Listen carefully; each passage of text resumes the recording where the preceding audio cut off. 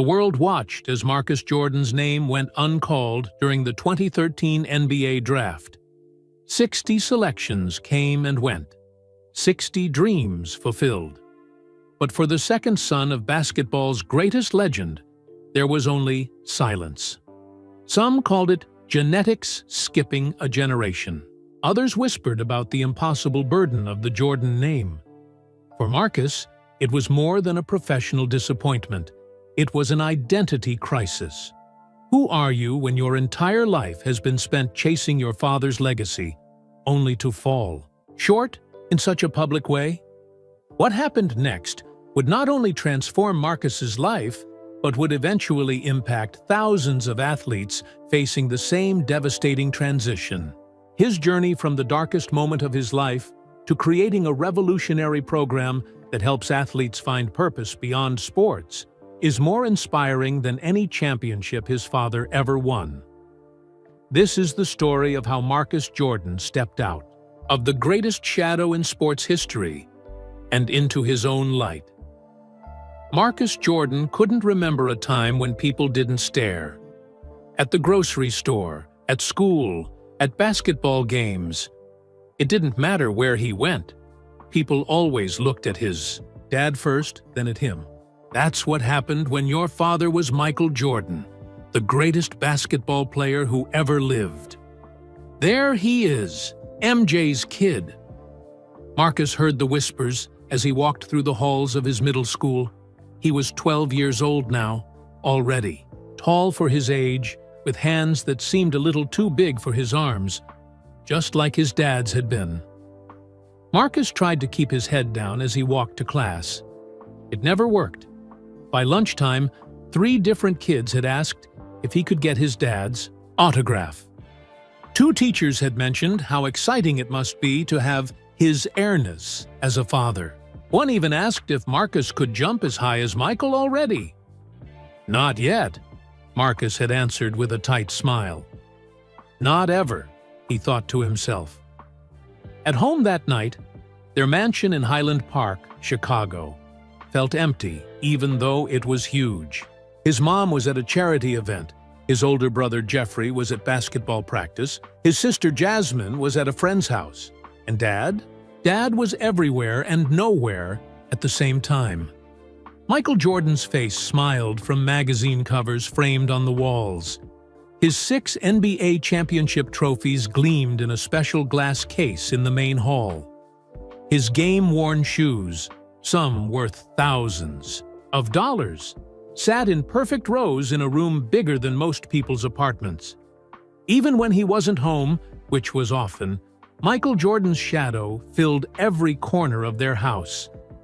Marcus wandered down to the indoor basketball court that took up most of the basement. The lights came on automatically. The polished wood floor shone like it was brand new. On one wall hung a giant painting of his dad soaring through the air, tongue out, ball raised high above his head in his famous jump man pose. Marcus picked up a basketball and began to dribble. The familiar sound echoed in the empty gym. Thump, thump, thump. He moved toward the basket, tried a spin move his dad had shown him last weekend, and missed the layup. Keep your elbow in, eyes on the rim, not the board. Marcus turned to see his father standing in the doorway. Michael Jordan didn't just enter rooms, he filled them completely. "I didn't hear you come home," Marcus said, chasing after the ball. "Just got back." Michael walked onto the court, his movements still graceful even in dress shoes and a business suit. "Let me see that shot again." For the next hour, they worked on Marcus's form, the spin move, the release point, the follow-through. Michael demonstrated, each part perfectly. The movements burned into his muscle memory from thousands of hours of practice. "Better," Michael said finally. "You're getting there." "Getting where?" Marcus wondered. "Getting to be like you? No one gets to be like you." Later that night, the family gathered for a rare dinner together. Uncle Larry, Michael's older brother, was visiting with his kids. "So, "Marcus," Uncle Larry said between bites of steak, "Coach Wilson tells me you're the best player on your youth team." Marcus stared at his plate. "I guess?" "He's being modest," Michael said. "He dropped 20 points in his last game." "Just like his old man." Uncle Larry laughed. "I remember when Mike was 12, already dunking on high school kids." "I can't dunk yet," Marcus said quietly. A brief silence fell over the table. "He will," Michael said confidently. "He's got Jordan blood." After dinner, Marcus escaped to his bedroom. The walls were covered with Chicago Bulls posters, most featuring his dad. He hadn't picked them out. They'd been there since they moved. In. Sometimes he thought about taking them down, but that felt like betrayal somehow. He sat at his desk and opened his laptop. A news article popped up on his homepage. "Jordan's son shows promise, but can he live up to the legacy?" Marcus clicked. It closed without reading. He'd seen enough headlines like that already. His phone buzzed with a text from his best friend Trey. "ESPN Classic showing your dad's 63 against Celtics right now. Sick." Marcus turned off his phone without replying. Before bed, he stopped by his trophy case. 5 MVP trophies from youth tournaments, 3 championship medals, 2 Most Improved awards. Not bad for most kids. Nothing compared to what sat in the hall downstairs. The next morning, Marcus woke up early. The house was still quiet. Alado slipped down to the court and practiced his shooting in the half-light. Shot after shot. His arms grew tired. Sweat dripped off his nose. 100 makes before breakfast, he whispered to himself, something he'd heard his dad say in an interview. When his arms felt like jelly and his shirt was soaked through, Marcus sank onto the bench and looked up at the giant painting of his father. The eyes seemed to follow him everywhere on the court. "I'm not you," Marcus whispered. "I'm never going to be you." But the world expected him to be. His teachers, his coaches, his teammates. Sometimes he thought even his dad expected it, though Michael had never said so directly. Marcus checked his phone. He'd made 68 shots out of hundreds of attempts. Not good enough. Not nearly good enough. Outside the basement windows, the sun was rising over Lake Michigan. Another day of being Michael Jordan's son was beginning. Another day of trying to shoot his way out of an impossible shadow. Marcus took a deep breath, picked up the ball, and walked back onto the court. 82 more shots to go before his father's record would be his. Before he could eat breakfast. Before he could feel worthy of his last name. He might never be the next Michael Jordan. But maybe, just maybe, he could be the first Marcus Jordan. He just had to keep shooting. 4 years later, Marcus Jordan stood in the crowded gym of Whitney Young High School in Chicago. The noise was deafening. Cameras flashed from every angle. College scouts filled an entire section of bleachers, clipboards, and stopwatches in hand. "Jordan with the ball at the top of the key," the announcer's voice boomed through the speakers.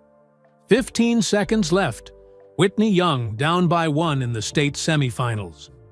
Marcus dribbled between his legs, his eyes scanning the defense. At 16, he had grown to 6'3", with broad shoulders and the same intense focus his father was famous for. The defender guarding him stayed low, hands out, determined not to let Michael Jordan's son beat him. Time seemed to slow down. Marcus had been in this situation 1,000 times. In his dreams, in the basement court at home, in the shadow of his father's legacy. But this moment was real. This moment was his. He made his move. A quick crossover, then a burst of speed toward the basket. 2 defenders collapsed on him. Without looking, Marcus flipped the ball to his open teammate in the corner. Swish! The crowd erupted. Jordan with the assist. Whitney Young wins. They're going to the state championship. His teammates mobbed him at center court. Marcus smiled and celebrated, but part of him noticed what the announcer had said. Jordan with the assist, not Marcus with the assist. In Chicago, there was only one Jordan. In the locker room after the game, Coach Tyrone Rogers pulled Marcus aside. "Great game, son.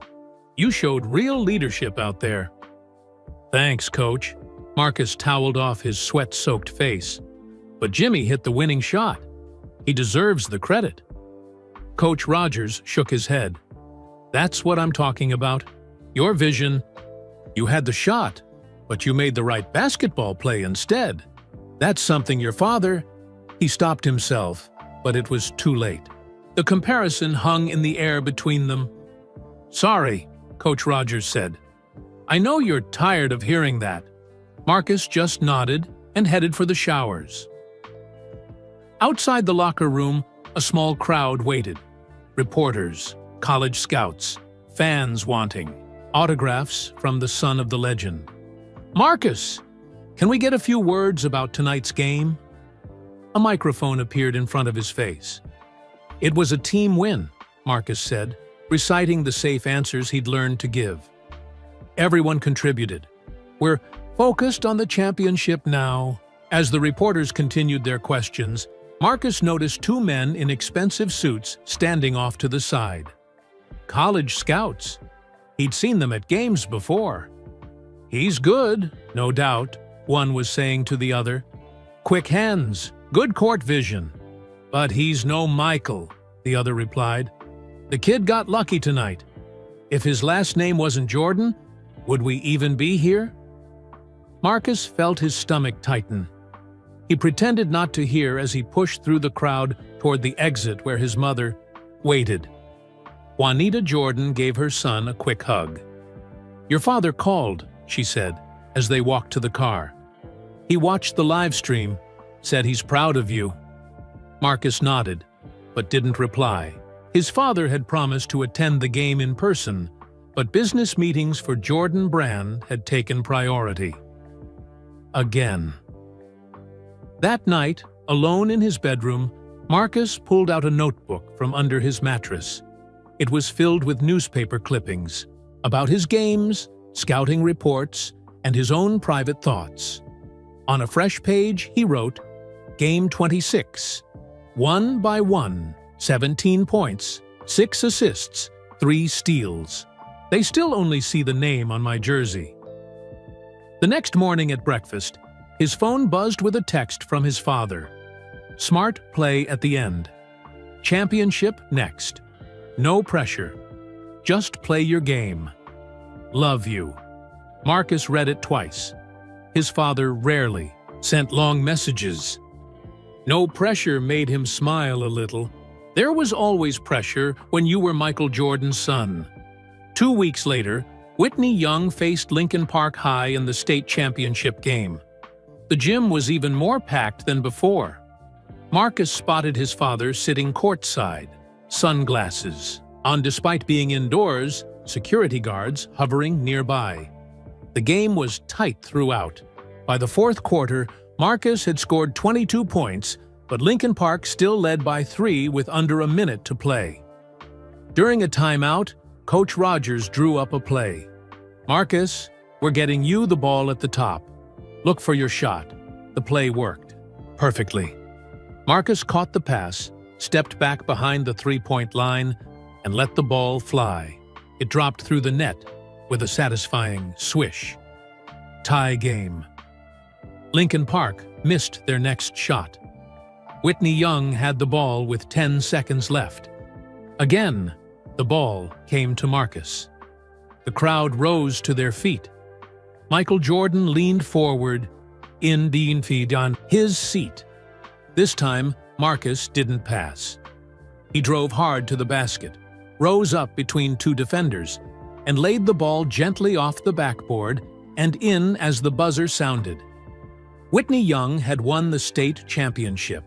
His teammates lifted him onto their shoulders as confetti fell from the ceiling. Later that night, at the team celebration, Marcus finally allowed himself to enjoy the moment. He had won on his own terms. Tomorrow, the comparisons to his father would start again. The pressure would return. But tonight, just for tonight, Marcus Jordan was exactly who he wanted to be. The recruitment letters had been piling up since Marcus's sophomore year of high school. North Carolina, his father's alma mater, sent a handwritten note from Coach Roy Williams every week.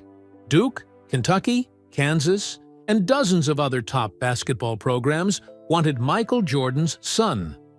But as Marcus sat in his bedroom, surrounded by college brochures during his senior year, one school caught his eye: the University of Central Florida. Not a basketball powerhouse, not his father's choice, but maybe that was the point. UCF? Michael Jordan's voice carried a hint of disappointment when Marcus told him. They were sitting in Michael's office at the Jordan Brand headquarters in Portland. "Roy's been calling me about you for 2 years. Carolina would roll out the red carpet." "That's why I can't go there, Dad," Marcus said, meeting his father's gaze. "At North Carolina, I'd always be walking in your footsteps. I need to make my own path." Michael stared at his son for a long moment, then nodded slowly. "Your decision. I'll support whatever you choose." 3 months later, Marcus moved into his dorm room at UCF in Orlando, Florida, over 1,000 miles from Chicago and the shadow of his father's statue outside the United Center.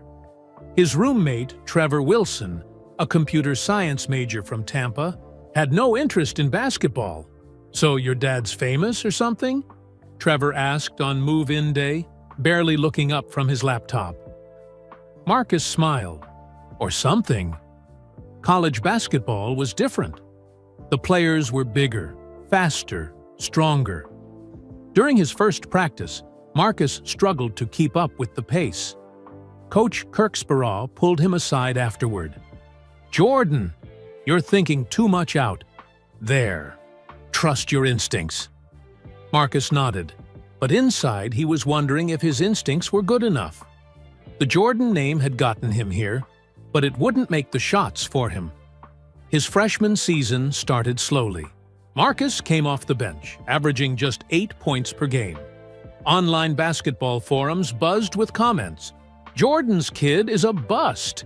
Guess basketball talent skips a generation. Should have stuck to selling shoes like Daddy." Marcus tried to ignore the noise, but sometimes he checked the comments late at night when he couldn't sleep. Each harsh word felt like a tiny cut. His sophomore year went better.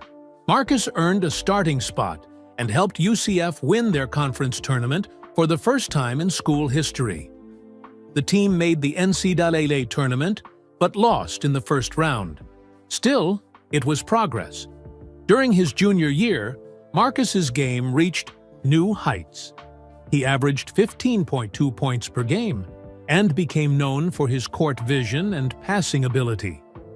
Unlike his father, who had been a scoring machine, Marcus was developing into a true point guard who made everyone around him better. Then came the injuries. First, a sprained ankle during a game against Memphis. Marcus sat out 2 weeks, then rushed back too soon. Next, a more severe ankle injury during practice, a torn ligament that required surgery. Dr. Palmer, the team physician, delivered the news after reviewing the MRI. "You'll need at least 8 weeks of recovery after surgery. Season's over for you, son." Marcus called his father that night. "Bad luck," Michael said, "but you heal up. Come back stronger next year." "Dad, there's something else," Marcus said, his voice tight. "Before the injury, some NBA scouts were coming to games. One of them talked to me after our win against Houston." "That's good," Michael said. "What did he say?" Marcus hesitated. "He said I have good basketball IQ, but my athleticism is borderline for the NBA. He thinks I might go undrafted." The silence that followed seemed to stretch for miles between them. "Scouts don't know everything," Michael finally said. "I was passed over by 2 teams in my draft. You were still picked 3rd overall," Marcus said quietly. This guy was saying I might not get picked at all. Another long pause. "Do you believe him?" Marcus thought about the question. Did he believe the scout?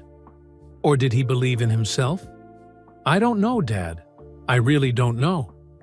The surgery went well, but recovery was slow and painful. Marcus spent hours in the training room working with Kevin Jones, the team's physical therapist. "Push through it," Kevin urged, as Marcus grimaced during ankle exercises. "This is where your future is decided, not on the court, but in how you handle setbacks." When Marcus returned for his senior year, he wore an ankle brace and had lost some of his quickness. But he'd gained something too, a deeper understanding of the game.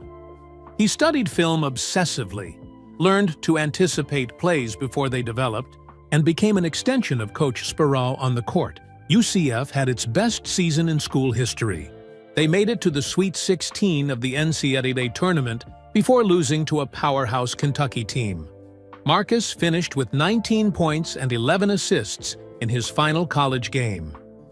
In the locker room afterward, a reporter from ESPN approached him. "Marcus, now that your college career is over, will you be entering the NBA draft? Following in your father's footsteps?" There it was again. The comparison, the expectation, the shadow. "Yes, I'll be declaring for the draft," Marcus said. "But I'm not trying to fill anyone's shoes but my own." After the press conference, Marcus found a man waiting for him outside the locker room. He wore a simple gray suit and carried a leather portfolio. "Marcus Jordan? Sam Parker, NBA scout for the Chicago Bulls." He extended his hand. "Got a minute to talk?" Marcus felt a flutter of excitement. The Bulls, his father's team. "Sure," he said, trying to keep his voice steady. They sat in the empty stands as the arena workers began cleaning up after the game. "I've been watching you all year," Sam said. "You've got a high basketball IQ, good court vision, strong leadership qualities." "Thank you," Marcus said, waiting for the but he knew was coming. Sam opened his portfolio and showed Marcus a sheet of numbers, measurements, statistics, comparisons to other point guards in the draft. "Here's the situation," Sam said, his voice kind but direct. "Your lateral quickness and vertical leap are below average for NBA point guards. Your three-point shooting is inconsistent. The ankle injuries haven't helped." Marcus nodded, trying to keep his expression neutral. "The draft is deep at point guard this year," Sam continued. "I think there's a place for you in professional basketball, but it might not be the NBA, at least not right away. European leagues, the G League, those could be good options to develop your game." Marcus stared at the empty court, the same court where he'd just played the final game of his college career. He thought about all the hours he'd spent training, all the comparisons to his father, all the dreams of proving himself at the highest level. "Thank you for being honest," he said finally. As they parted ways, Sam put a hand on Marcus's shoulder. "For what it's worth, I think you've got something special. It's just not the same thing your father had."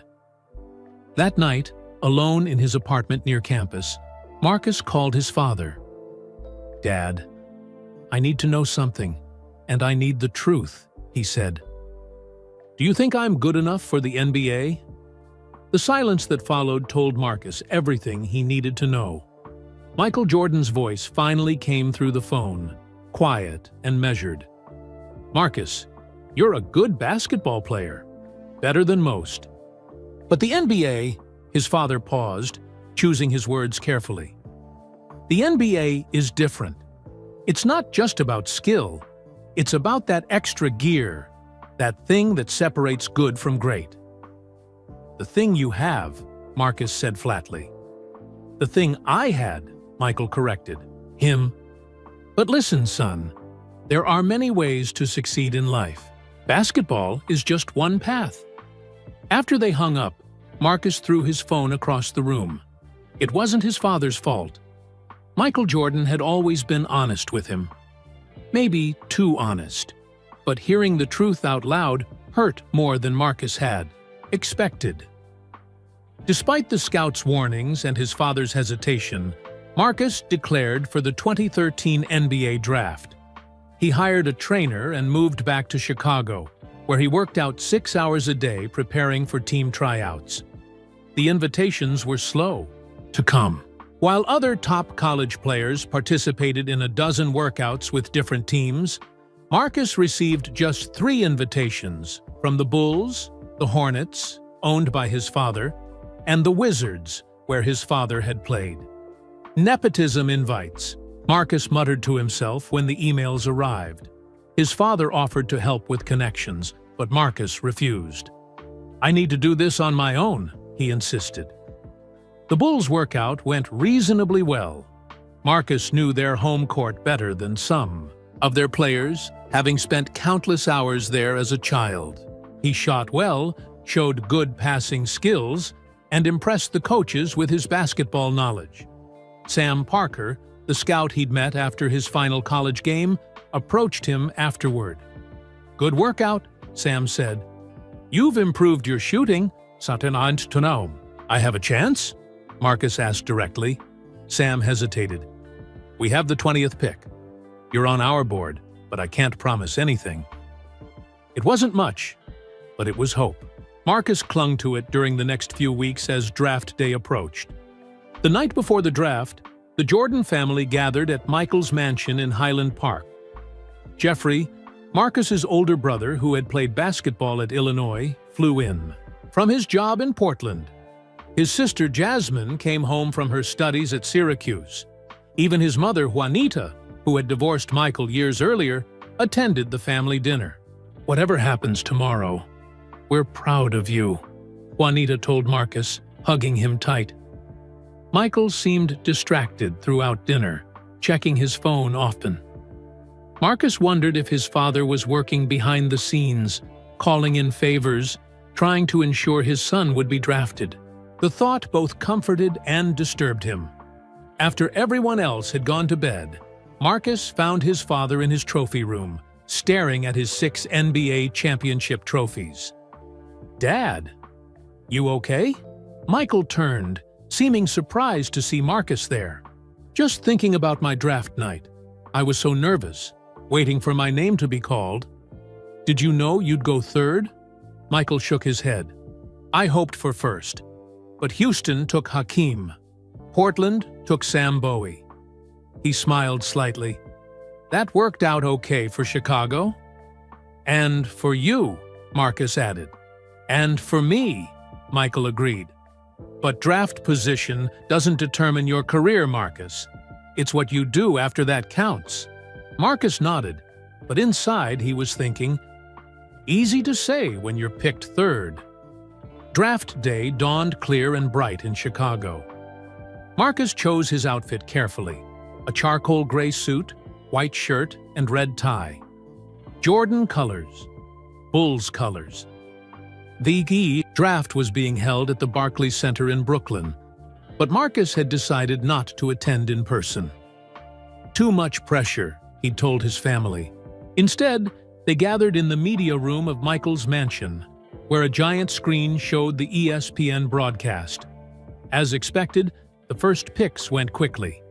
Top college stars and international prospects heard their names called and walked across the stage to shake the NBA commissioner's hand. Marcus watched their faces. The joy, the relief, the validation. The Bulls' pick at number 20 approached. The family grew quiet. Michael's phone rang, and he stepped out of the room to take the call. With the 20th pick in the 2013 NBA draft, the Chicago Bulls select Tony Snell from the University of New Mexico. Marcus felt the room spin. His mother reached for his hand. Jeffrey put an arm around his shoulders. No one spoke. Michael returned a few minutes later, his face impossible to read. "Dad?" Marcus asked.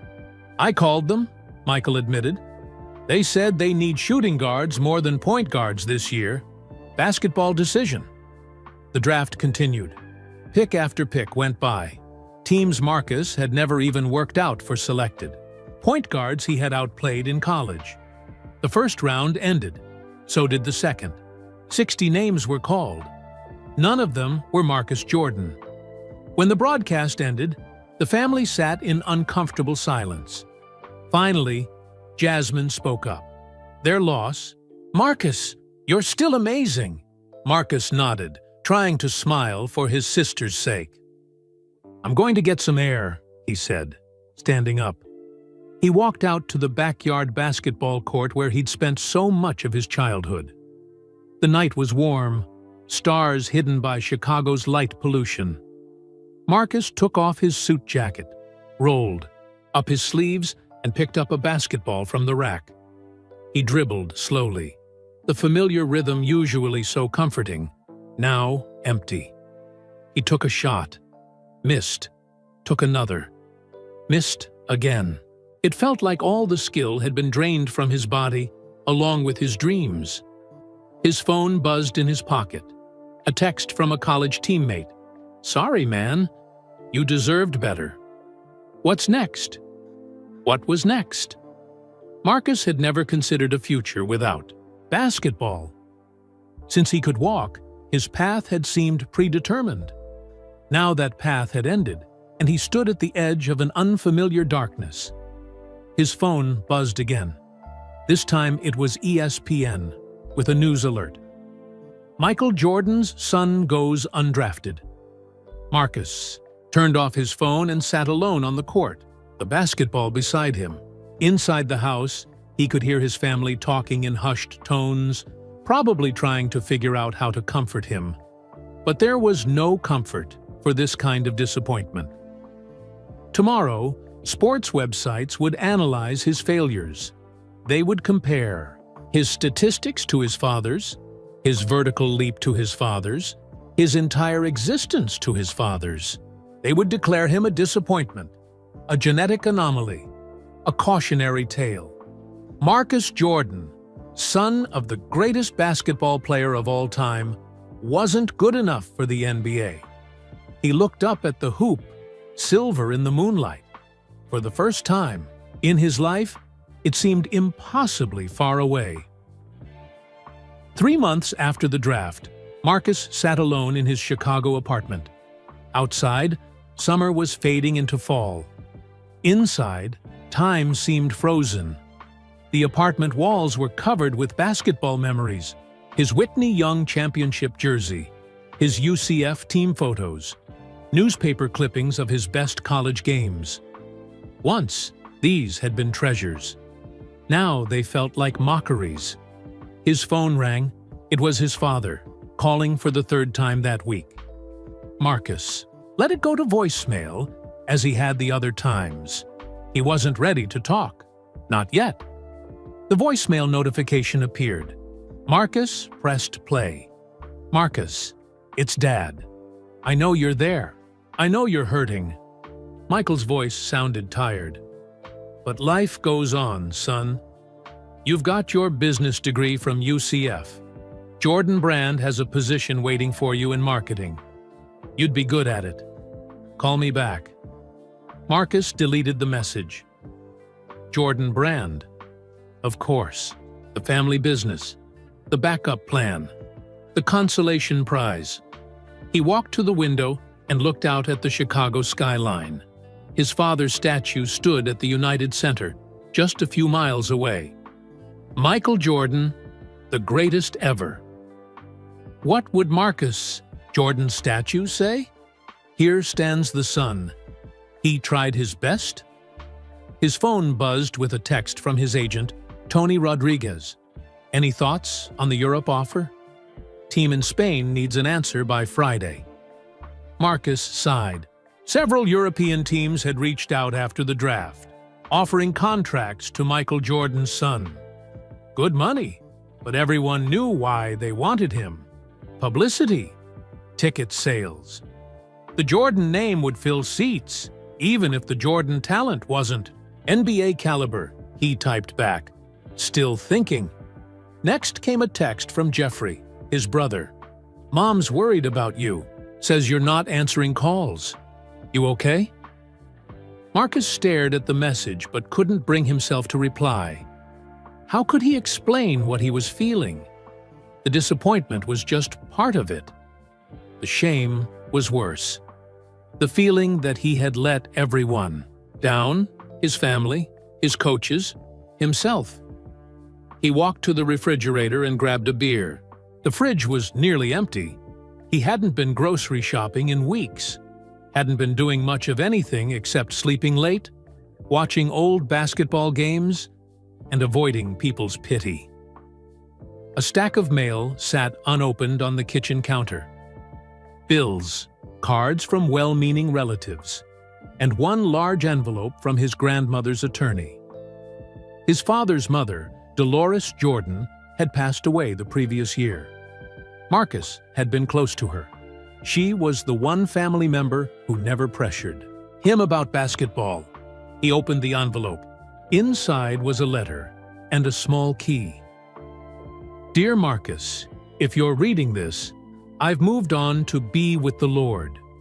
Mr. Peters is sending this letter 1 year after my passing, as I instructed. I've always believed timing is everything. You're a special young man, Marcus. Not because of who your father is, but because of who you are. You have gifts that go beyond the basketball court. Gifts of compassion, insight, and understanding that this world desperately needs.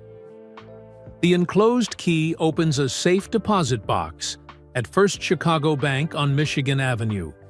Inside is something I've saved for you. Something I think you'll need right about now. Remember what I always told you. God never closes a door without opening a window. Look for your open window, Marcus. All my love.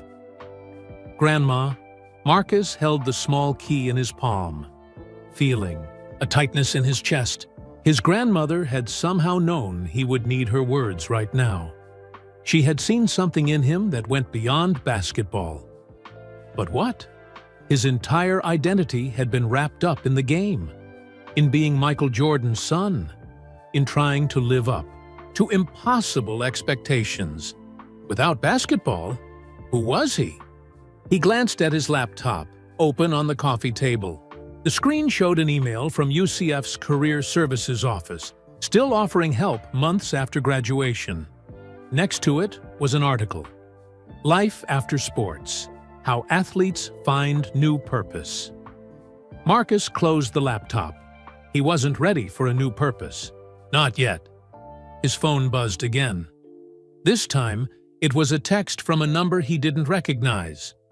Marcus, this is Ray Hughes. We met at your dad's golf tournament last year. Heard about the draft. Tough break. I had a similar experience. Picked late, cut after 2 seasons. If you want to grab coffee and talk, I'm in Chicago this week. No pressure. Marcus vaguely remembered Ray, former NBA player, now some kind of businessman. He'd been friendly, not overly impressed by the Jordan name. He started to ignore the message, as he had so many others. But something stopped him. Perhaps his grandmother's letter still in his hand. Her belief in him. Her certainty that he had other gifts. Marcus looked around his apartment, at the shrine to a basketball career that had ended before it truly began. Then he looked at his grandmother's key, small but somehow full of possibility. With a deep breath, he typed a reply to Ray. Coffee sounds good. When and where? Millennial Coffee Shop was busy when Marcus arrived. He'd chosen the small cafe in Fidjichwi, Chicago's West Loop neighborhood, because it was far from the touristy areas where people might recognize him. He wore a plain black hoodie with the hood up, sunglasses, and a baseball cap. his incognito outfit. Ray Hughes sat at a corner table, nursing a large black coffee. Marcus recognized him immediately. At 6'5", Ray had the lean build of a former athlete who still kept in shape. His closely cropped hair had touches of gray at the temples, and he wore casual business clothes, dark jeans and a light blue button-down shirt. "Marcus," Ray said, standing to shake his hand. "Thanks for coming." "Thanks for reaching out," Marcus replied, still not entirely sure why he'd agreed to this meeting. After ordering coffee, Marcus settled across from Ray. An awkward silence hung between them. "So," Marcus finally said, "you played in the NBA?" Ray nodded. "Milwaukee Bucks. Got drafted 47th in 1998, played 2 seasons, then got cut. Had a cup of coffee with the Sonics on a 10-day contract. But that was it. 3 years total." "At least you made it," Marcus said, unable to keep the bitterness. From his voice, Ray studied him for a moment. "True. But the fall hurts just the same when it's over." He leaned forward. "What are you doing with yourself these days?" Marcus shrugged. "Nothing much. My father wants me to work for Jordan Brand. There's a spot in marketing waiting whenever. I want it." "But you don't want it?" "It's charity. The Jordan name selling Jordan shoes." Marcus stared into his coffee. "More of the same." Ray nodded thoughtfully. "I get that. After the NBA, teams in Europe and China came calling. But I knew they wanted the name recognition, not me. It felt hollow." For the first time, Marcus felt a spark of connection with someone who understood. "So, what did you do instead?" "Fell apart for a while," Ray admitted with a wry smile. "Depression, drinking, the usual cliches. Basketball had been my whole identity since I was 10 years old. Without it, I didn't know who I was anymore." Marcus nodded, the words hitting uncomfortably close to home. "Then I got lucky," Ray continued. "Met a guy who saw something in me besides my jump shot. He helped me start a small business importing athletic equipment. Now, 12 years later, Hughes Enterprises employs 50 people and does $20 million in annual revenue." "That's impressive," Marcus said, meaning it. "But that's not why I wanted to meet you," Ray said, pulling out his phone and opening the calendar app. "I'm helping run a basketball camp for kids next weekend. Volunteers canceled at the last minute. I could use another coach." Marcus hesitated. "I don't know, man. Being around basketball right now is tough. These aren't elite kids, just normal kids from the South Side who love the game. No pressure, no expectations, just fun." Ray's eyes held Marcus's. Sometimes helping others find joy in something can help you find it again, too. Marcus thought about his grandmother's letter, about finding open windows when doors closed. "Okay," he said finally. "I'll help." The following Saturday, Marcus arrived at the small gym on Chicago's South Side. Kids aged 8 to 14 were already dribbling basketballs and shooting hoops, their energy filling the space with noise and life. "Coach Marcus is here." "Ray," announced, and 20 pairs of eyes turned toward him. A small boy with glasses approached cautiously. "Are you really Michael Jordan's son?" Marcus nodded, bracing himself for the usual comparisons. "Cool," the boy said. "My dad works at Walmart. Can you help me with my crossover?" Marcus laughed, caught off guard by the simple request. "Sure, kid. Let's see what you've got." For the next 3 hours, Marcus worked with the children on basic basketball skills. He demonstrated passes, corrected shooting forms, and refereed scrimmages. Not once did anyone ask why he wasn't in the NBA. Not once did anyone compare him to his father. To these kids, he was just Coach Marcus, who knew a lot about basketball and was giving them his Saturday. During a water break, Ray approached him. You're a natural with them." "It's just basketball," Marcus said. "No, it's not," Ray replied. "It's connecting, seeing what each kid needs and meeting them there. Some need encouragement, others need technique, and a few just need someone to notice them at all." Marcus watched as a shy girl at the back of the gym tried repeatedly to make a basket, missing each time but continuing to try. He walked over to her. "Can I show you something?" he asked. The girl nodded, her eyes wide. Marcus gently adjusted her elbow position and showed her how to follow through with her wrist. "Now try," he said, handing the ball back. She shot. The ball arced through the air and went through the hoop with a satisfying swish. The look of pure joy on her face hit Marcus like a physical force. "I did it!" she exclaimed. "You sure did," Marcus said, giving her a high five. "And now you know how to do it again." After the camp ended and the kids had gone home, Marcus helped Ray pack up the equipment. "Thanks for your help today," Ray said. "The kids loved you." "I enjoyed it more than I expected," Marcus admitted. "I have something else to show you before you go," Ray said. "Got time?" 20 minutes later, they pulled up in front of a modern building in the West Loop. A sign read, "Hughes Athletic Innovation Center." "This is the day job," Ray explained as he led Marcus inside. The space was impressive, part office, part gym, part tech startup. In one area, former college athletes worked at computers. In another, a woman was filming a workout tutorial. A conference room, a group was having an animated discussion around a table covered with papers. "What exactly do you do here?" Marcus asked, genuinely curious. "We help athletes transition to life after sports," Ray explained. "Some of them become entrepreneurs. Others find corporate jobs that value their teamwork and competitive drive. Some discover entirely new passions." He led Marcus into his office, which overlooked the Chicago skyline. Photos on the wall showed Ray with various athletes and business leaders. Awards and certifications lined a bookshelf. "The thing is, Marcus, most athletes face the same problem eventually.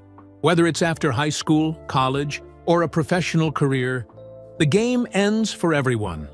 The question is, what comes next?" Marcus stared out the window, thinking about his father's seemingly endless post-NBA success. The shoes, the team ownership, the billions of dollars. "Some transitions are easier than others," he said quietly. "True," Ray agreed. "But here's what I've learned. The skills that make someone great at sports, discipline, focus, teamwork, performing under pressure, those translate to other areas of life. The athletes who struggle most are the ones who can't see themselves as anything but athletes." Marcus turned back to Ray. "And the ones who succeed? They're the ones who realize that sports was just one chapter of their story. An important chapter, sure, but not the whole book." Ray sat on the edge of his desk. "The question is, what do you want your next chapter to be?" Marcus thought about the basketball camp, about the girl's face when she made the shot, about how it felt to teach something he loved to someone eager to learn. "I don't know yet," he admitted, "but for the first time in months, I'm actually interested in finding out." Ray smiled. "That's a start. And for what it's worth, I saw something today that has nothing to do with your last name or your jump shot." "What's that?" Marcus asked. "Vision," Ray said simply. "You see people, really see them. That's rare, Marcus, and valuable." As they left the building, the setting sun cast long shadows across Chicago's streets. Marcus felt something he hadn't experienced since before the draft, a small flicker of possibility. It wasn't hope, not quite yet, but it was something close. "Same time next Saturday at the camp?" Ray asked as they reached Marcus's car. Marcus nodded. I'll be there. For the first time in months, he had something to look forward to. Over the next few weeks, Marcus became a regular at Ray's basketball camp. Each Saturday, he arrived early to help set up and stayed late to work one-on-one with kids who needed extra attention. The simple joy of teaching the game he loved began to heal something inside him. One Saturday in November, Ray invited Marcus to visit the Hughes Athletic Innovation Center again. This time, several former athletes were gathered. In the main conference room, "Everyone, this is Marcus Jordan," Ray announced as they entered. "Marcus, these are some of our current clients." Marcus nodded hello, suddenly self-conscious. Would they see him as the NBA reject? Michael Jordan's failed son? A tall woman with short blonde hair approached him first. "Tina Reynolds," she said, extending her hand. "Former Olympic gymnast, tore my ACL in training and never made it to my second games." "Marcus Jordan," he replied. "Never made it to my first NBA game." Tina smiled, appreciating his honesty. Hurts, doesn't it? When your whole life leads to one thing, and then, poof, it's gone? Around the room, Marcus met the others. A former NFL running back whose career ended after a single season due to concussions. A college basketball star who'd lost her scholarship after a car accident. A high school baseball phenom who'd blown out his shoulder before he could sign a pro contract. All of them understood the same pain. The loss not just of a career, but of an identity. "What are you all doing here?" Marcus asked as they settled around the conference table. "Ray's program," Tina explained. "We're learning how to take what made us great at sports and apply it to something new." Ray stood at the head of the table. "Today we're brainstorming business ideas. Everyone has to pitch something, a product, a service, anything they're passionate about.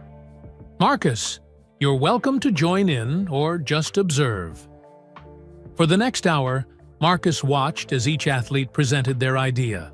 Some were obvious: sports equipment, training programs, nutrition products. Others were unexpected. The former NFL player wanted to start a tech company. The baseball player was interested in sustainable farming. When Tina's turn came, she hesitated. "I've been thinking about mental health services for athletes," she said quietly. "When I got injured, I lost my team, my coaches, my routine, everything. The physical therapy was great, but nobody helped me deal with the mental side." Marcus found himself nodding. "I know exactly what you mean." "So my idea is a support network," Tina continued, gaining confidence. "Connecting athletes who are going through career transitions with mentors who've been there before. Plus, professional therapists who understand sports psychology." "That's actually really good," the football player said. "Where were you when I got cut?" The group laughed, but Marcus could see they all connected with Tina's idea. He thought about his own experience. The isolation, the shame, the lack of direction. "What about you, Marcus?" Ray asked suddenly. "Any thoughts?" All eyes turned to him. Marcus hadn't planned to participate, but something about the energy in the room made him want to contribute. "Well," he began slowly, "what if it wasn't just mental health support? What if it was a complete system for athlete transitions? Financial planning, career training, networking, everything someone needs to find their next chapter." The room grew quiet. Marcus continued, the ideas flowing more easily now. Most athletes spend their whole lives developing one set of skills. When that doesn't work out, they're lost. But what if there was a place that helped them discover and develop other talents? Not just a safety net, but a launch pad. Ray was watching him with an interested expression. "Go on. It could be an incubator specifically for athletes," Marcus said. warming to the concept. Using the same intensity and structure that worked for them in sports, but applied to business, education, whatever they're interested in. How would it be different from what Ray's already doing here? Tina asked. Marcus thought for a moment. Scale, accessibility. This place is amazing, but how many athletes know about it? How many can afford it? He turned to Ray. No offense. None. Taken, Ray said, smiling. Those are valid points. Plus, there's the credibility factor, the former baseball player added, looking at Marcus. No offense to Ray, but having someone with the Jordan name involved would open doors. Marcus felt a familiar discomfort. I don't want to use my name. It's not about using your name, Tina interrupted. It's about using your experience. You've lived this. So have we. That's what makes it authentic. Later, as the meeting was breaking up, Ray pulled Marcus aside. You were holding back in there, he said. You've been thinking about this for a while, haven't you? Marcus shrugged. Just some ideas that have been floating around. Well, they're good ideas. Ray handed Marcus a business card. My friend Elaine is a business consultant. Talk to her. See if there's something real here. I'm not a businessman, Marcus protested. I studied marketing, but I don't have any actual experience. Ray laughed. Neither did I when I started. Neither did your father when he launched Jordan Brand. The comparison to his father would have bothered Marcus before. Now, it felt different. Less like a measuring stick, more like a possibility. Think about it, Ray said. You've got something others don't, Marcus. You can see what athletes need because you're living it. As Marcus drove home that night, his mind was racing with ideas. For the first time since the draft, he wasn't thinking about what he'd lost. He was thinking about what he might create. The spark had been lit. Over the next month, Marcus threw himself into research. His apartment, once a shrine to his basketball past, became a workspace for his future. Sticky notes covered the walls. Spreadsheets and business plans filled his laptop. Books on entrepreneurship replaced basketball magazines on his coffee table. He met with Elaine Chen, the business consultant Ray had recommended. She was direct and no-nonsense, with 20 years of experience helping startups get off the ground. Your idea has potential, she told Marcus during their third meeting at her downtown office. But you need to answer 3 questions. Who exactly are you helping? What exactly are you offering them? And why should they trust you to provide it? Marcus spent days refining his answers.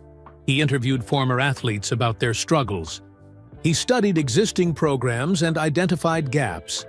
He created surveys and sent them to college athletic departments across the country. One clear pattern emerged. The higher athletes climbed in their sports, the harder they fell when it ended. Those who had built their entire identities around athletic achievement struggled most to find new purpose. That's it, Marcus told Ray during one of their weekly check-ins at Millennial Coffee Shop. That's the problem I want to solve. Ray nodded. So, what are you going to call this solution of yours? Marcus had been thinking about this for weeks. Beyond the game. I like it, Ray said. Simple, clear, hopeful. The core idea is that being an athlete teaches you skills that are valuable in other fields, Marcus explained, excitement building in his voice. Leadership, resilience, performing under pressure, teamwork.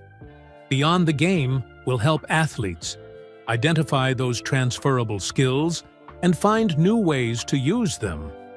And how will you actually do that? Ray asked, always the practical voice. A 3-part program, Marcus answered confidently. First, assessment, figuring out each athlete's strengths beyond their sport. Second, education, targeted training for their next career. Third, connection, introducing them to mentors and opportunities in their new field. Ray looked impressed. "You've thought this through." "I have to," Marcus said. "If I'm going to ask people to invest in this idea, it needs to be solid." The word invest hung in the air between them. Both men knew that turning this vision into reality would require money, probably a lot of it. "Speaking of investors," Ray said carefully, "have you talked to your father about this yet?" Marcus shook his head. "I wanted to have everything mapped out first. I don't want this to be another handout." Ray understood. "Well, you're getting close to that point. Let's start thinking about a formal pitch." 2 weeks later, Marcus stood in the conference room at Hughes Athletic Innovation Center.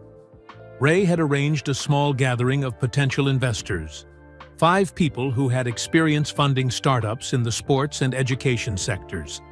Marcus had practiced his presentation. For days, he'd created slides, rehearsed answers to possible questions, and even bought a new suit for the occasion. But as he looked at the expectant faces around the table, his confidence wavered. These were serious business people. Would they see beyond his famous last name to the merits of his idea?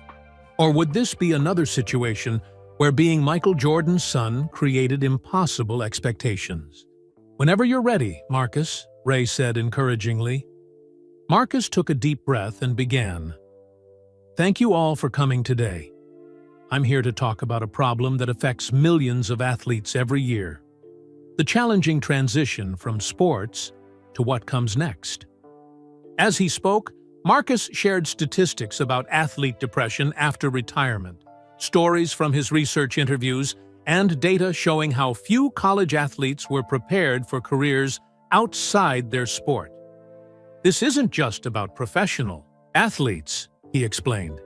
"It's about anyone who has devoted significant portions of their life to sports and then has to figure out what's next, whether that's after high school, college, or a pro career." The investors listened intently, occasionally taking notes. Marcus couldn't read their expressions, but at least they weren't checking their phones or looking bored. "My solution is beyond the game," he continued, revealing the simple logo he'd designed, a silhouette of an athlete stepping through an open doorway. A comprehensive program that helps athletes transition their skills and passions to new areas.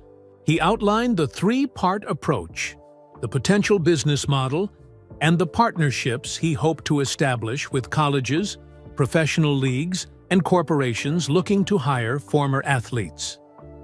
When he finished the formal presentation, Marcus looked around the room. "Any questions?" "Several," said a woman in a crisp black suit. Her name tag read, "Victoria Winters, Altitude Ventures." "First, what makes your program different from existing athlete career services?" Marcus had expected this question. "Personalization and community," he answered.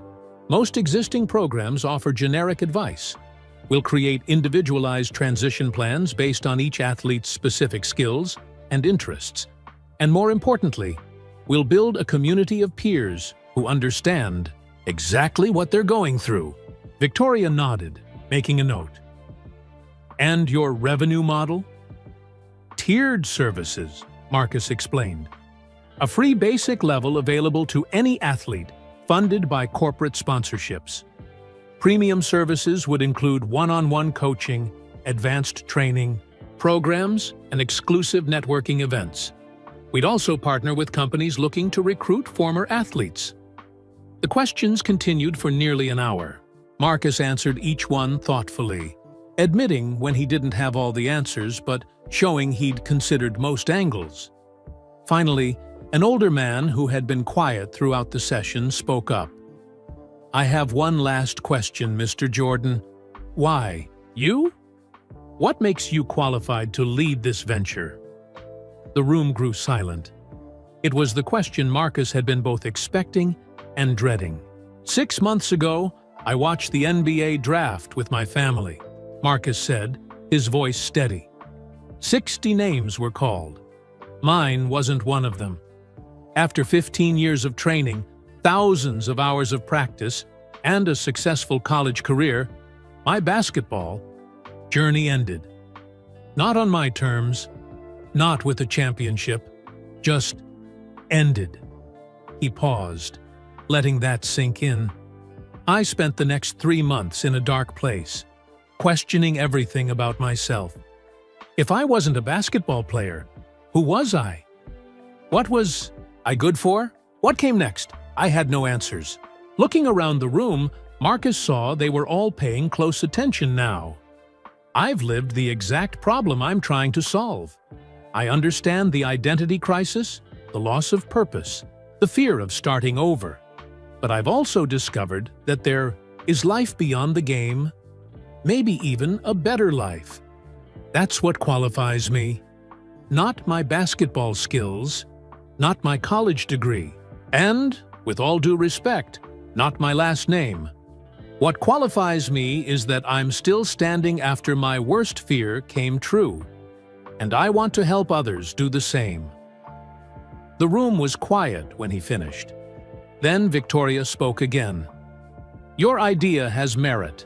Mr. Jordan, the execution needs work, but the concept is sound. She glanced at the others. I think we're all interested in continuing the conversation. There were nods around the table. Marcus felt a wave of relief. After the investors left, Ray clapped him on the shoulder. You did good. Really good. They didn't say yes, Marcus pointed out. No, but they didn't say no, Ray replied with a smile. In the investment world, that's a win for a first pitch. Marcus nodded, processing the experience. One of them suggested something that makes me uncomfortable, though. What's that? They want me to be the face of the company. My story. My journey. Marcus frowned. I don't want this to be about me. It's not about you, Ray corrected him. It's about what you represent. You're the proof that the program works. Someone who found purpose after sports ended. As they packed up the presentation materials, Ray added, There's just one more person you need to pitch to before we go any further. Marcus knew exactly who he meant. It was time to talk to his father. The drive to Jupiter, Florida, where Michael Jordan had built his primary residence after buying the Charlotte Hornets, gave Marcus plenty of time to think. He'd chosen to drive rather than fly, partly to save money, but mostly to give himself time to prepare.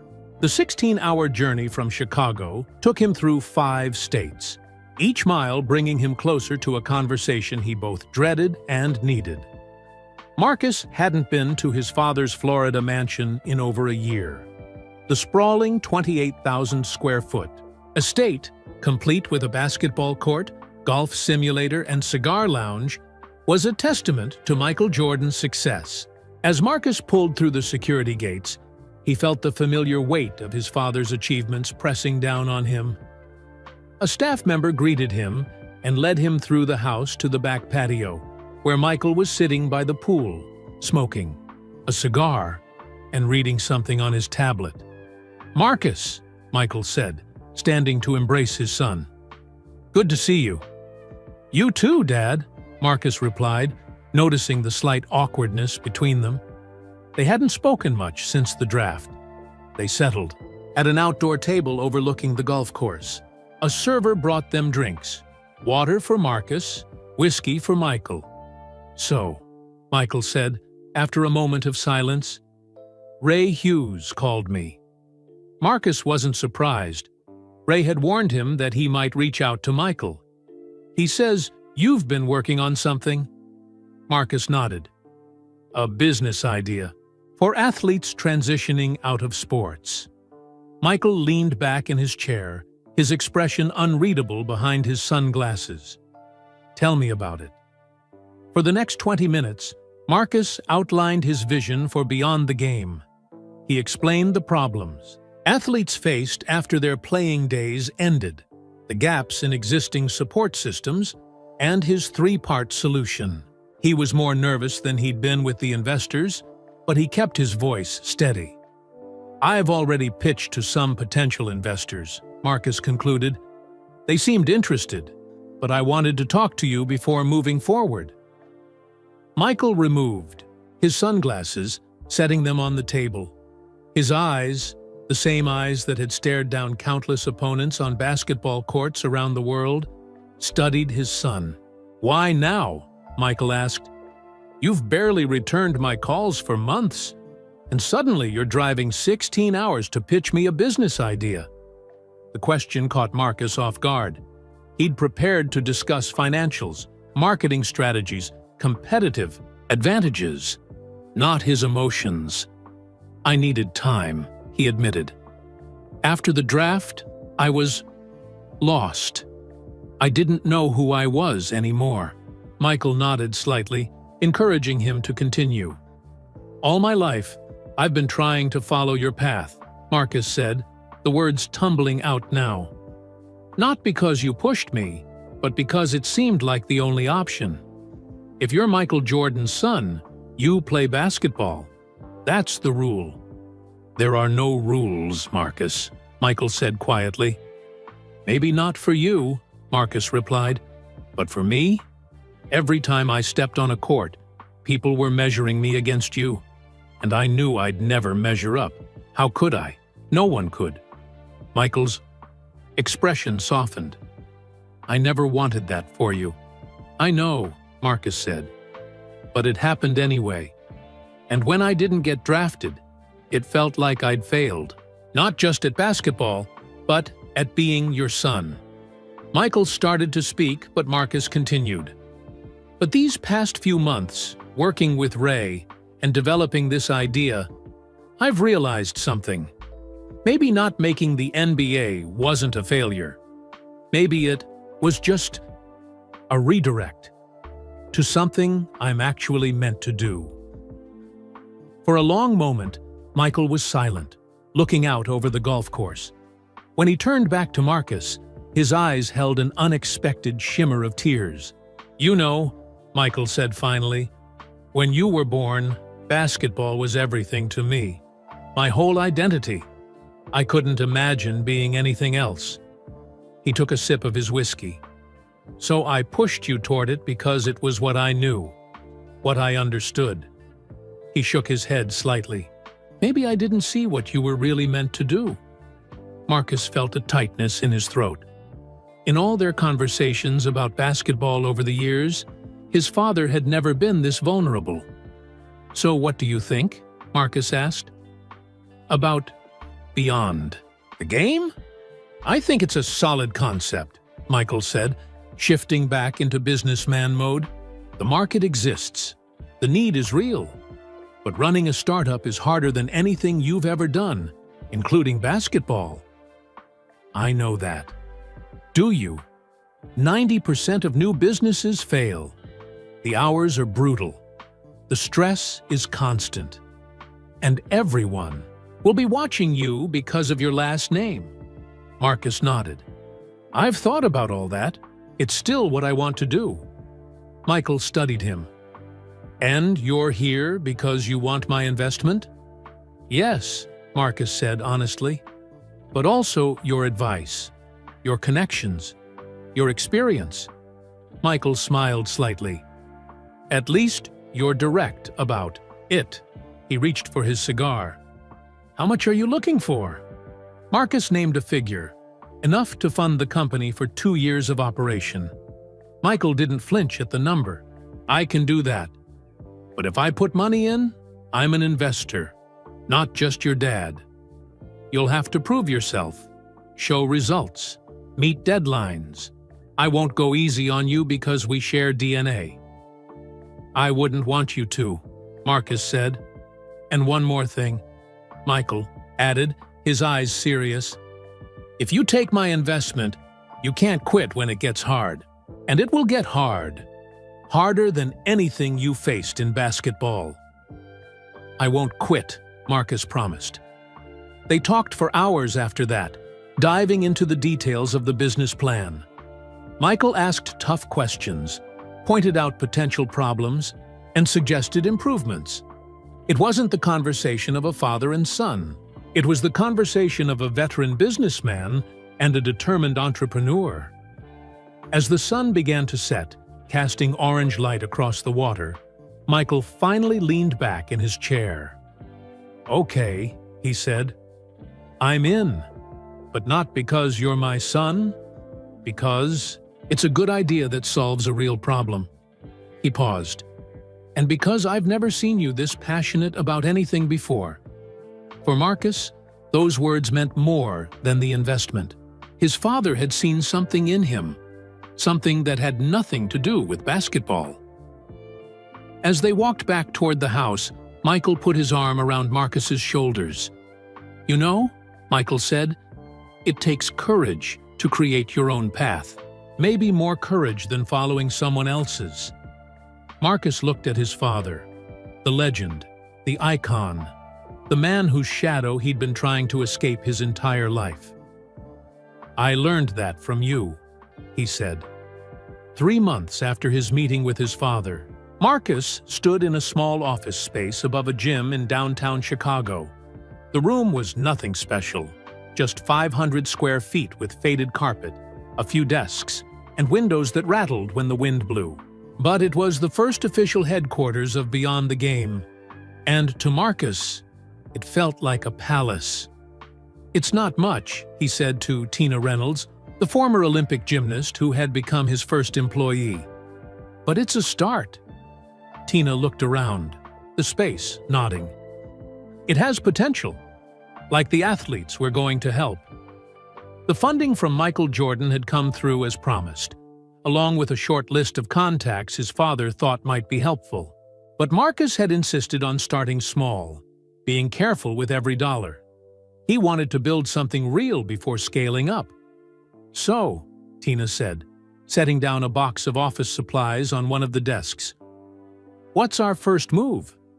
Marcus had thought about this question a lot. He pulled out a notebook where he'd written 5 names. "These are our first clients," he explained. "Athletes who've hit transition points and need help figuring out what's next." He pointed to the first name.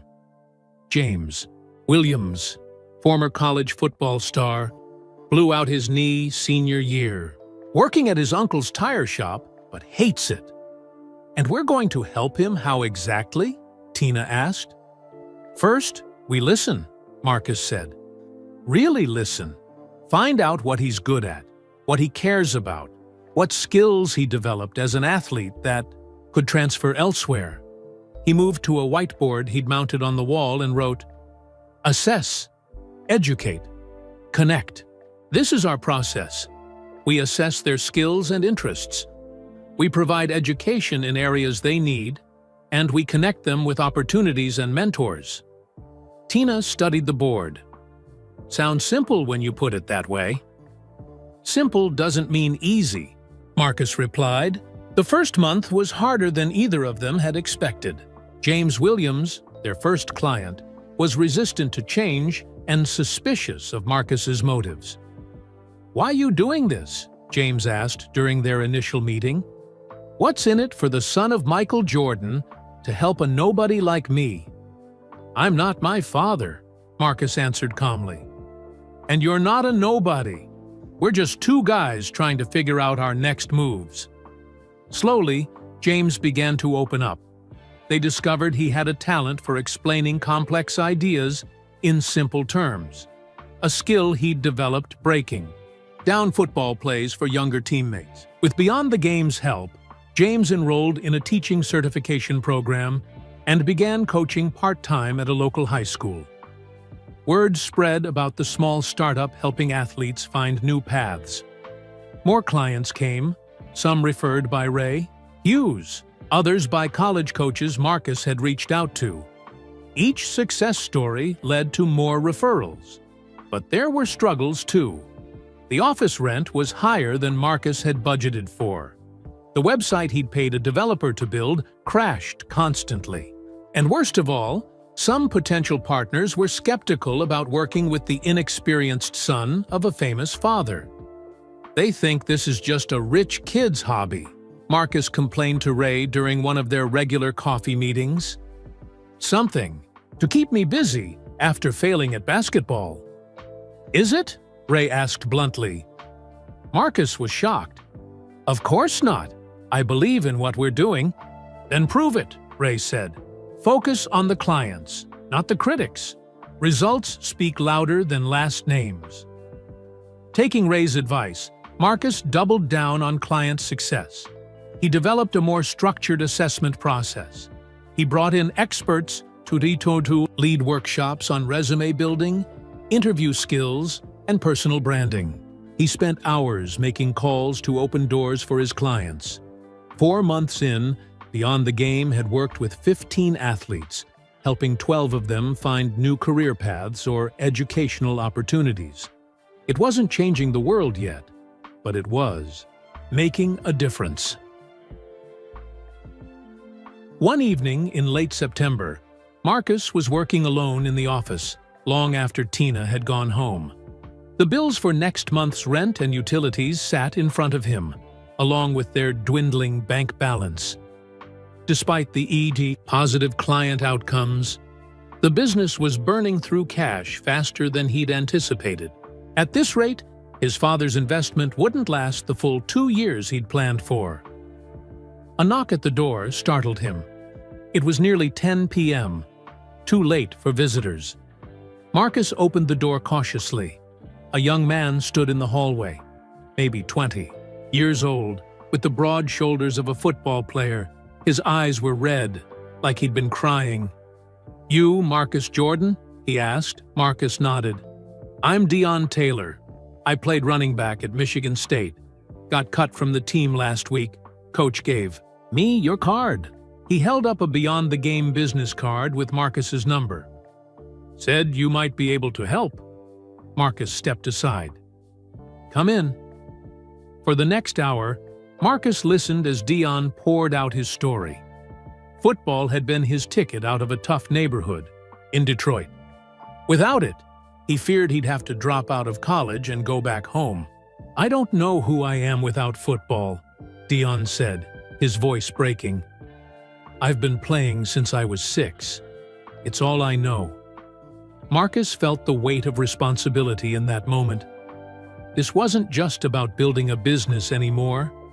It was about helping someone who was living the same nightmare he had faced. "What are you studying?" he asked. "Communications," Dion replied. "But I only picked it because it was supposed to be easy for athletes." "Do you like it?" Dion thought for a moment. "Parts of it. I like the social media stuff. I have a decent following on Instagram where I post workout videos." Marcus nodded, an idea forming. "Have you ever thought about sports marketing?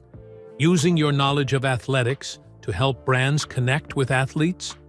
Dion shook his head. "Never considered it." By midnight, they'd put together a plan. Marcus would help Dion apply for marketing internships with sports brands. Beyond the Game would provide a small scholarship to help him stay in school. In return, Dion would help manage the company's social media accounts, creating content to reach more athletes. As Dion was leaving, he turned to Marcus. "Why are you doing this? You don't even know me." "Because someone did it for me," Marcus answered, thinking of Ray. "And because you deserve a second chance, just like I did." After Dion left, Marcus stayed at his desk, staring at the bills he'd been worrying about earlier. They still needed to be paid. The financial challenges remained, but somehow they seemed less important now. On the wall above his desk was a single framed email, the first message he'd received from a client who'd successfully transitioned to a new career. "Marcus, just wanted to say thanks. For the first time since my injury, I'm excited about the future. You changed my life." "James," Marcus read the email again, then turned back to the bills. They would find a way. This work mattered too much to give up now. The dream was worth building, no matter how hard it got. 2 years had passed since the launch of Beyond the Game. What had started in a tiny office above a gym had grown into something Marcus could be proud of. They now occupied a proper office space in downtown Chicago with a staff of 6 full-time employees. The walls displayed success stories, photos of former athletes who had found new purpose with their help. On paper, things looked good. They had served over 100 athletes, helping them transition to careers in business, education, healthcare, and technology. Their assessment process was refined and effective. Their network of mentors and partner companies was growing. But behind the scenes, problems were mounting. "We need to talk about finances," said Ellis Grant, the accountant Marcus had hired 6 months earlier. They sat in Marcus's small office, spreadsheets spread across his desk. "How bad is it?" Marcus asked, though he already knew the answer. "We've got about 3 months of runway left at our current burn rate," Ellis explained, pointing to the numbers. "The grant money from that foundation is delayed. 2 corporate sponsors haven't renewed, and we're spending more per client than we're bringing in." Marcus nodded, his stomach tight. The problem wasn't that they were failing, it was that they were succeeding too well in the wrong ways. Clients loved the personalized attention. Word had spread. More athletes were coming through their doors every week. But the business model wasn't sustainable. "What about my father's investment group?" Marcus asked. "Could we go back for another round?" Ellis hesitated. "We could, but they'll want to see better numbers this time. More focus on revenue, not just impact." That afternoon, Marcus had a scheduled video call with his father, who was traveling in Europe. These quarterly investor updates had become increasingly tense as the business struggled financially. "The impact metrics look strong," Michael said, after Marcus presented the latest client success stories. "But the financials are concerning." "We're helping people, Dad," Marcus responded, trying to keep frustration from his voice. "That's the whole point." "Helping people is great," Michael replied evenly. "But if you run out of money, you won't be helping anyone." After the call, Marcus sat at his desk, staring at the framed email from their first client, James Williams, now a high school teacher and coach. A knock at his door interrupted his thoughts. Tina entered, holding a tablet. "Bad time?" she asked, seeing his expression. "Just the usual money worries," Marcus admitted. "What's up?" Tina showed him the tablet. "Have you seen this?" On the screen was a sleek website for something called Athlete Next, a new program offering career transition services for former sports stars. The company behind it was Ultimate Performance, a giant in the sports training industry. "They launched today," Tina explained. "Their pitch is almost identical to ours." Marcus scrolled through the site, his heart sinking. Ultimate Performance had resources beyond the game couldn't match. Celebrity endorsements, slick marketing, and deep pockets. "They're offering free services to any former Division I athlete," Tina continued. "It's clearly a loss leader for them to sell their training programs, but it undermines our entire business model," Marcus finished. That night, Marcus called an emergency meeting with his core team. Tina, Ellis, Dion, now their marketing director after graduating from Michigan State, and 2 other employees. "I won't sugarcoat it," Marcus told them. "We're facing 2 major threats, money problems and new competition. I need your ideas." For hours, they debated options: raise prices, cut services, focus on a narrower client base, partner with universities. The discussion grew heated at times, with Ellis pushing for financial discipline while Tina argued for maintaining their comprehensive approach. "What about a merger?" Dayon suggested during a brief lull. "Ultimate Performance clearly sees value in what we do. Maybe they'd want to acquire us rather than compete with us." Marcus had considered this but struggled with the idea. If we get absorbed by a bigger company, will we still be able to fulfill our mission? Or will we just become a marketing tool for them? The meeting ended without clear answers. As everyone was leaving, Marcus noticed that several staff members had stayed late without being asked, working on proposals and ideas long after their paid hours had ended. Their dedication touched him deeply. The following week brought more challenges. A board meeting with investors, including representatives from his father's group, turned uncomfortable when someone suggested replacing Marcus with a more experienced CEO. "This isn't personal," the investor said. "It's about bringing in someone with more business experience." "It feels pretty personal," Marcus responded, keeping his voice steady.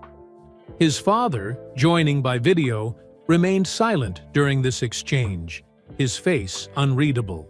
His silence hurt more than any criticism. Later that day, Tina found Marcus in the empty conference room, staring at the whiteboard covered with financial projections and competitor analysis. "You okay?" she asked. "Just thinking," he replied. "About why we started this in the first place." Tina sat beside him. "I remember. To help people like us find their way after sports. And are we still doing that?" "Better than anyone else," she said without hesitation. "Ultimate Performance may have fancier offices and bigger budgets, but they don't understand athletes the way we do. They see us as customers. We see us as people." Marcus nodded slowly. "Then we need to find a way to keep going." As he drove home that night, Marcus took a detour past the United Center, where his father's statue stood illuminated outside the arena. For most of his life, that statue had represented a standard he could never reach. But tonight, it reminded him of something else: persistence. Michael Jordan hadn't become great by giving up when things got hard. The path forward wasn't clear yet. But Marcus knew one thing for certain: he wasn't giving up. Not on his company, not on his clients, and not on himself. Marcus arrived at the office early the next morning, determined to find a solution to their problems. He made coffee and sat at his desk, reviewing everything they'd built over the past 2 years. There had to be a way to save, beyond the game. His phone buzzed with a text from Dion. "Turn on ESPN, now." Marcus switched on the small TV in the corner of his office. ESPN was showing a basketball game from the night before. He was about to text Dion back when the broadcast cut to breaking news. The announcer's voice was solemn. "We have difficult news from last night's game between the Lakers and the Mavericks. Star point guard Calvin Williams suffered what appears to be a career-ending injury in the fourth quarter." The screen showed footage of a player landing awkwardly after a jump shot. Even before the medical staff rushed to the court, Marcus could tell it was bad. He'd seen enough sports injuries to recognize when an athlete's career just ended in an instant. Calvin Williams was a 3-time All-Star, only 28 years old, in the prime of his career. The sports world would be talking about nothing else for days.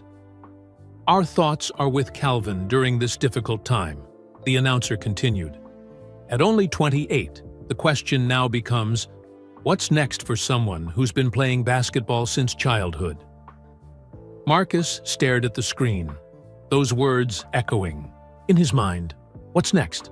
That was the question beyond the game had been created to answer. He grabbed his phone and called Tina. "I saw it," she said before he could speak. "Terrible news for Calvin." "Yes," Marcus agreed, "but maybe we can help." "Marcus, I know what you're thinking, but Calvin Williams is a major star. He'll have agents, financial advisors, and PR teams handling his transition." "Maybe," Marcus said, "but will any of them understand what he's really going through? The identity crisis? The fear? The question of who he is without basketball?" There was a pause. "You're thinking of reaching out to him directly?" "Exactly. That's Ambitious, Tina said carefully. But how would you even get to him? Marcus thought for a moment. I have an idea. 2 hours later, Marcus was sitting in Ray Hughes's office, explaining his plan. You want to offer Calvin Williams our services, Ray summarized. Use his transition as a case study to show what Beyond the Game can do. Not exploit his situation, Marcus clarified. Actually help him. Show him there's life after basketball. And yes, if he has a positive experience, maybe others will notice. Ray leaned back in his chair. Calvin plays for the Lakers. I know their general manager from my playing days. I could make an introduction. He studied Marcus for a moment. But are you sure about this? If it goes badly, if Calvin rejects your help or has a negative experience, it could damage your reputation. I understand the risk, Marcus said, but we need to take bold action if we're going to survive. And more importantly, Calvin needs help whether he knows it yet or not. That afternoon, Ray made the call. 3 days later, Marcus was on a flight to Los Angeles. The meeting took place at a private rehabilitation facility where Calvin was beginning his recovery. Marcus had expected to meet in a conference room, maybe with Calvin's agent and managers present. Instead, he was led to a small garden area where Calvin sat alone in a wheelchair, his heavily bandaged leg extended in front of him. Calvin, Marcus said, extending his hand. I'm Marcus Jordan. I know who you are, Calvin replied, his voice flat as they shook hands. Your dad's Michael Jordan, and you run some kind of career program for athletes. Beyond the Game, Marcus confirmed, taking a seat across from him. We help athletes find purpose after sports. Calvin looked out across the garden. The doctors say I'll never play again. Shattered kneecap, torn everything, nerve damage. His voice was empty of emotion, as if he were reading a weather report rather than describing the end of his dream. I'm sorry, Marcus said simply. Yeah, everyone's sorry. ESPN is sorry. The team is sorry. The fans are sorry. Calvin finally looked directly at Marcus. But none of them understand. I do, Marcus said quietly. Calvin laughed without humor. No offense, man, but you do not know what I'm going through. You're Michael Jordan's son. You've got everything handled. Marcus took a deep breath. When I was 22, I sat in my apartment and watched the NBA draft. 60 names were called. Mine wasn't one of them. Everything I'd worked for my entire life was over in one night. Calvin's expression changed slightly. His attention caught. For the next hour, Marcus shared his story. The depression that followed the draft, the identity crisis, the slow journey to finding new purpose. He didn't pitch Beyond the Game or offer solutions. He just talked honestly about his experience. When he finished, Calvin was quiet for a long moment. So you started this company to help other athletes going through what you went through? He finally asked. Marcus nodded. I was lucky. I had Ray Hughes and eventually my father's support. Not everyone has that network. Beyond the Game tries to provide it. Calvin gestured to his injured leg. I've got money. I've got fame. I've got people calling with opportunities already. Broadcasting, coaching, endorsements. What I don't have is anyone who gets what this feels like. Marcus understood completely. The opportunities aren't the problem. It's figuring out which ones actually mean something to you. Which ones might give you purpose, not just income. Exactly, Calvin said, sounding surprised that Marcus understood. That's what we do, Marcus explained. We help you figure out who you are beyond the game. 2 weeks later, Calvin Williams held a press conference announcing his retirement from professional basketball. To everyone's surprise, He also announced that he would be working with Beyond the Game, a transition program founded by Marcus Jordan to explore his next chapter. ESPN covered the announcement live. Suddenly, Beyond the Game was in the national spotlight. Marcus watched the press conference from their Chicago office, surrounded by his team. "Our phones are ringing off the hook," Dion reported, looking up from his computer. "Athletes, agents, teams. They all want to know more about us." In the days that followed, everything changed. Calvin's endorsement opened doors that had been firmly closed before. Sports teams reached out about partnership programs. The NBA Players Association wanted to discuss making Beyond the Game an official resource for retiring players. College athletic departments expressed interest in bringing the program to their campuses. Most surprising was the email that arrived from Ultimate Performance, the competitor that had launched Athlete. "Next, they want to discuss a potential merger," Tina announced, reading the message over Marcus's shoulder. "On favorable terms." For the first time in months, the future of Beyond the Game looked secure. But as Marcus sat in his office that evening, reviewing all the new opportunities, he felt a strange mixture of excitement and caution. Success was coming, but it was bringing new challenges. Would rapid growth change their mission? Could they maintain their personalized approach while serving more athletes? Would bigger partners try to water down their message? These were good problems to have. Much better than wondering how to make payroll. But they were problems nonetheless. Marcus's phone buzzed with a text from Calvin. "Meeting with ESPN tomorrow about a documentary series. Thanks for your help with the prep. This never would have happened without you." Marcus smiled as he replied, "That's what we do. Help you find your next chapter." And in helping others find their way, Marcus had finally found his. 5 years had passed since draft day. 5 years since Marcus Jordan had faced his greatest disappointment. 5 years of building something that was entirely his own. Beyond. The Game now occupied an entire floor in a sleek office building in downtown Chicago. Photos of success stories lined the hallways. Hundreds of athletes who had found new purpose after their playing days ended. The staff had grown to 30 people, many of them former athletes themselves. Marcus stood at the window of his corner office, looking out at the Chicago skyline. The view included the United Center, where his father's statue stood. Once, that sight had filled him with anxiety. Now, it was just part of the landscape, a reminder of excellence, but no longer a shadow that defined him. His assistant knocked on the door. "Your car is here, Marcus. The ceremony starts in an hour." Marcus nodded, straightening his tie in the reflection of the window. Today, Forbes magazine was honoring him as part of their 30 Under 30 list for social entrepreneurship. Beyond the IBUNIU Game had helped over 2,000 athletes transition to new careers, and their model was being adopted by colleges and professional leagues across the country. The venue was packed when Marcus arrived. Business leaders, athletes, and media filled the ballroom of the Chicago Grand Hotel.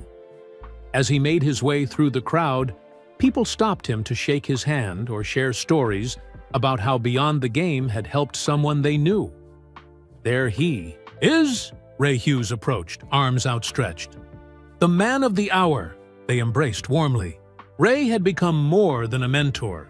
He was family now, a partner in building Beyond the Game from a struggling startup to a recognized leader in athlete transitions. "I wouldn't be here without you," Marcus said.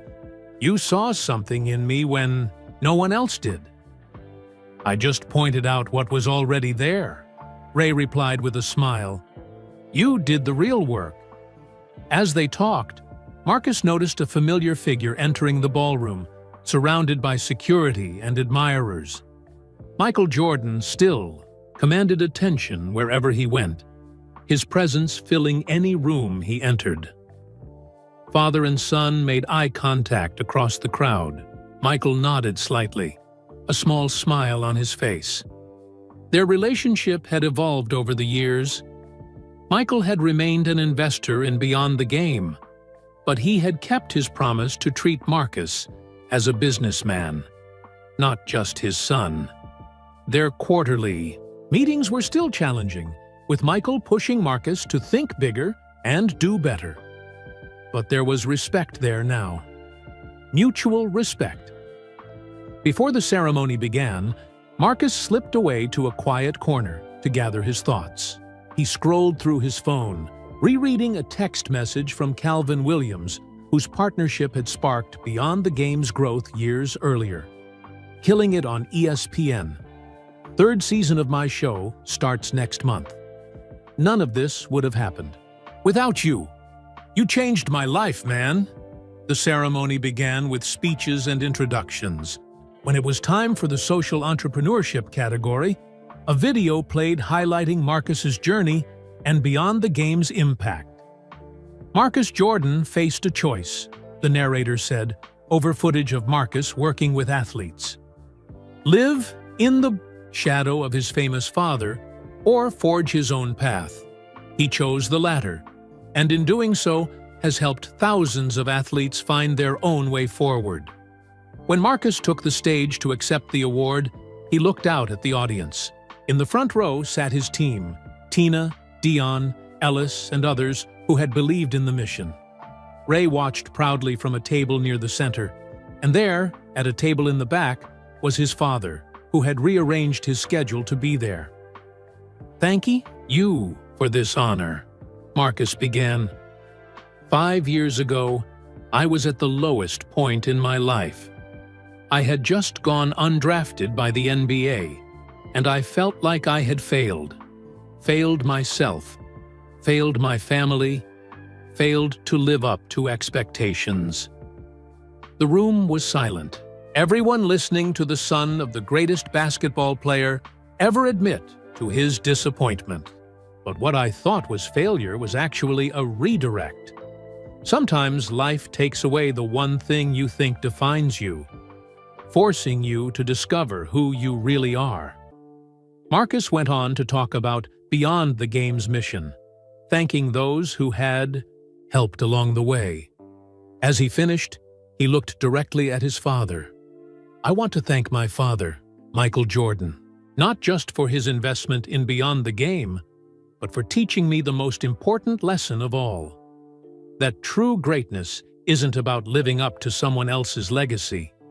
It's about having the courage to create your own."